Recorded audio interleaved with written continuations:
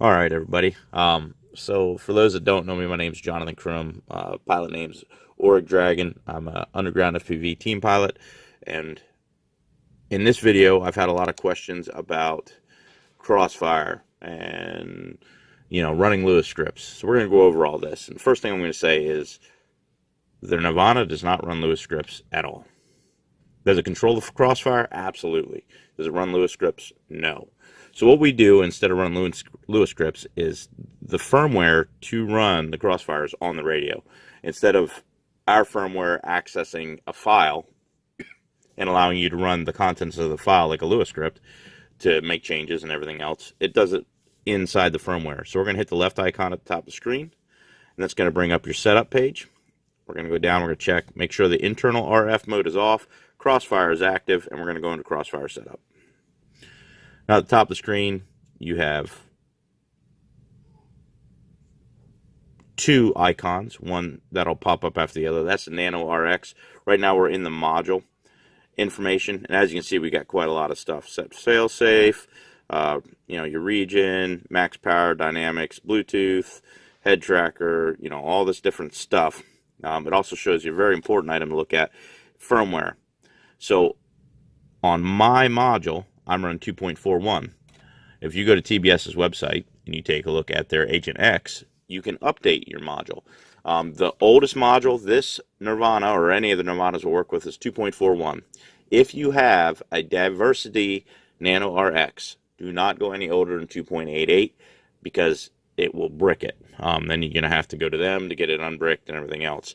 So 2.88 for Diversity, 2.41 for a regular Nano or newer. We're still working on the Diversity controls for the Crossfire module on the 2.88, but the 2.41 works perfect. I'm connecting to the Nano RX now, as you can see. And here we go. Mine set to 8-channel, telemetry's on, force RF at 50 Hertz is off, fail-safe mode is set, RC by Mavlink on, outputs, so you can see output 4 smart audio. There's quite a bit here. And again, firmware 2.41, and the hardware is 1.32 on that particular RX. It gives you serial number, bootloader, all that stuff. So yes, we can make changes to the firmware on the RX and the firmware on the not so much firmware, to the settings on the RX and to the settings on the module, but it's not running Lua scripts. So you guys that are going in here and you're heading to the center icon, you go into the SD card and you're trying to run Crossfire LUA scripts, yeah, it's not gonna work. Don't even have the option there, so don't bother. It's all native. All the way to the bottom, Crossfire setup. And there we go. So I'm set at 100 milliwatts. We're going to take it down to 10. Since I'm sitting here on the bench, we don't need to have a whole bunch of stuff going on. Pulling up the Nano RX again, just to show you how it goes. It does take a minute to pull everything for the Nano RX because it's, doing it wirelessly and everything else. No wires connected from the module or the Nirvana to the quad, of course. And there it's populated back up. Then we're back into the module, so very easy to do. I know for a lot of people, it's like, oh man, it's not what we're used to, and that's correct. It's not what you're used to. It's more like, built right into our firmware, so it's right there. So anyway, I'm going to put this video up on YouTube. I hope that helps a lot of people.